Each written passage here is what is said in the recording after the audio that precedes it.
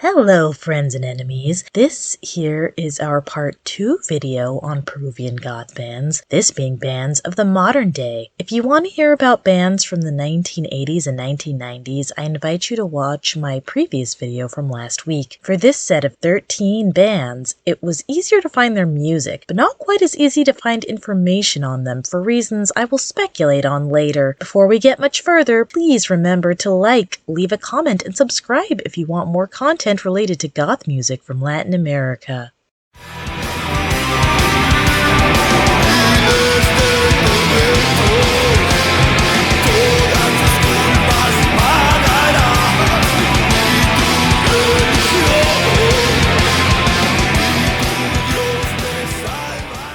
Our first band is Dulce Muerte. Founded in 2007, this Lima, Peru-based band definitely puts the rock in gothic rock with aggressive vocals and sometimes heavy guitars. It's pretty cool to see the way they combine a more rocking sound with dark post-punk sensibilities.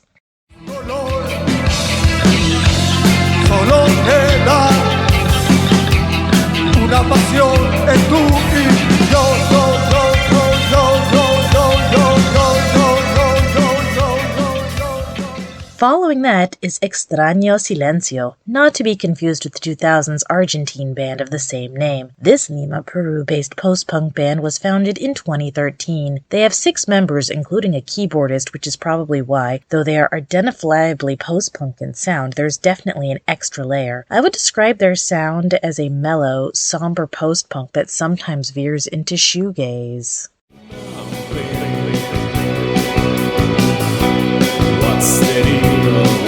What's wrong with you? Shiny tears from that head. For our next band, we go from 6 members to 3 with Under the Rain. This Lima, Peru-based dark post-punk act was founded in 2014. It is mostly considered the personal project of Daniel Guerra Caballero. Their music is described as influenced by sounds of the 1980s, especially bands like The Cure, New Order, and Bauhaus, referencing genres such as darkwave, post-punk, new wave, and gothic rock. So far, they have only one release, 2015's When It Burns Like Snow, but they are still active. Of their sole release, their lyrics are all in English and focus on subjects such as sadness, loss, and regret. Caigo en un vacío fondo, no sé dónde estoy. Camino sobre despojos y corro sin control. Next up, we have Lima, Peru's Cashieri, whose name is said to mean the moon that reflects in the water in the Arawak language, though their lyrics are all just in Spanish. This self-described electro-dark band was founded in 2015. Their sound does change up a bit from song to song, sounding more traditionally dark wave in some and more experimental electronic in others, but one thing that is consistent is the whispery vocals.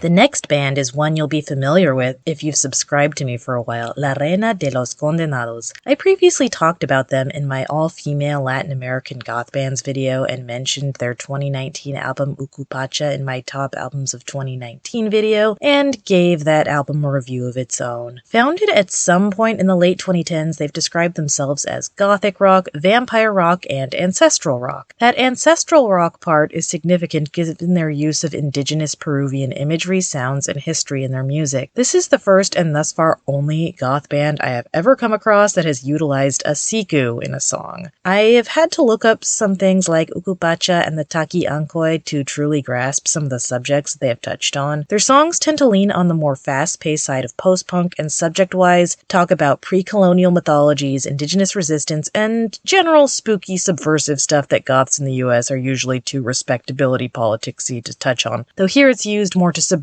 normative colonial society.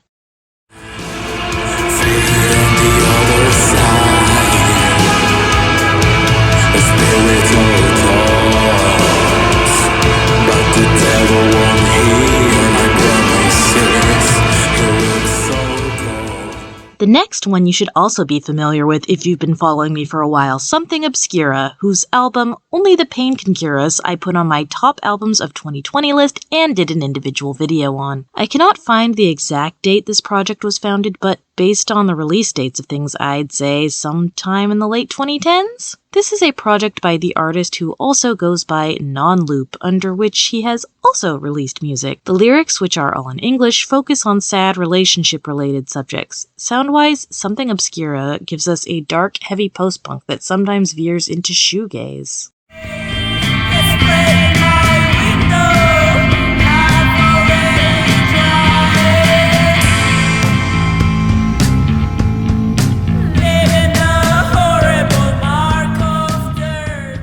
Up next, we have Specto Caligo. They're yet another band that I don't know the exact founding of, but their sole release thus far, Distorsiones Óseas, came out in 2019. The sound they have served us is an eclectic, rocking, dark post-punk that often has a dissonant feel.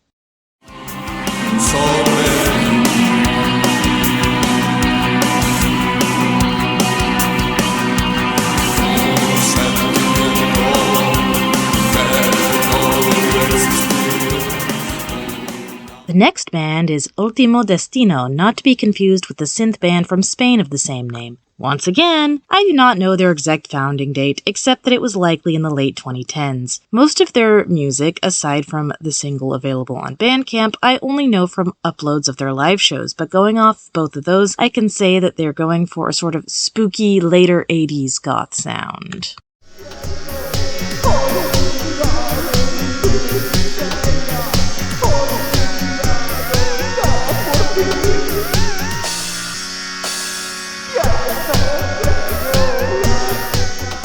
The next act on our list is Multipleceres. There is some evidence that this might be a one-person act, but I cannot confirm or deny that on what information I have found. This late 2010 starting act describes itself as experimental death rock. In terms of sound and subject matter, it reminds me a lot of those super intentionally weird electro-horror punk bands, usually not seen outside of central Mexico or certain parts of LA. As a fan of that subgenre, I'm glad to see it has migrated to other parts of the world. Manías con el existir entre paredes tristes, costumbres marcadas en la razón, maldita contrición. The following band on this list is Jute. This Lima, Peru-based trio began in the late 2010s. The common descriptor I'm finding is electronic post-punk and experimental, but I'd say that heavy bass is way more heavy than one would expect in the average electro band. The experimental part really comes to a head there.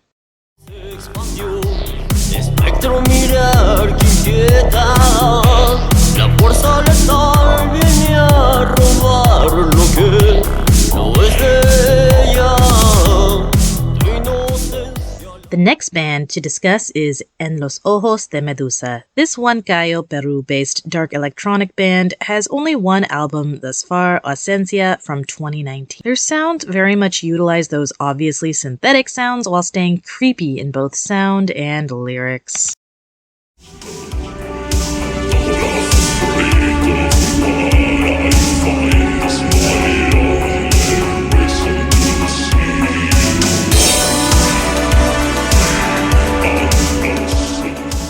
Our next act is Schmears. This Lima-based one-man band has put out multiple releases in the short time that is the 2020s. We have ourselves an act that has been described as coldwave and minimal wave. The deep, villainous vocals are definitely stand out.